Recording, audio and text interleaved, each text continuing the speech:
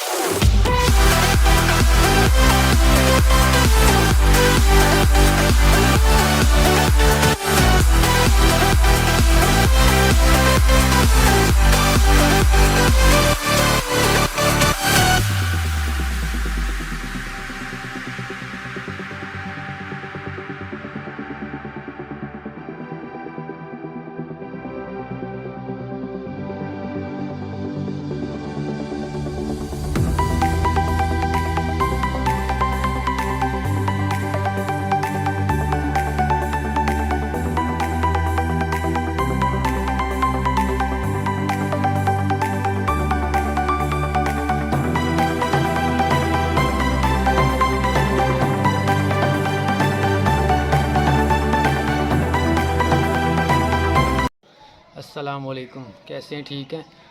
मुकम्मल हो गया, ग्राइंडर वगैरह कंप्लीट हो चुका है, तो अब दूसरे काम पर चलते हैं। जिसने भी प्लम्बर का काम सीखना है ये हालत तो ज़रूर होनी है उसकी। ये देख लें फिर, ये जिनका घर है वो भी साथ ही बैठे हुए हैं मेरे साथ। ये बुज़ुर्ग तारक साहब का घर है। ओके फिर, थैंक यू, अल्लाह हाफिज़।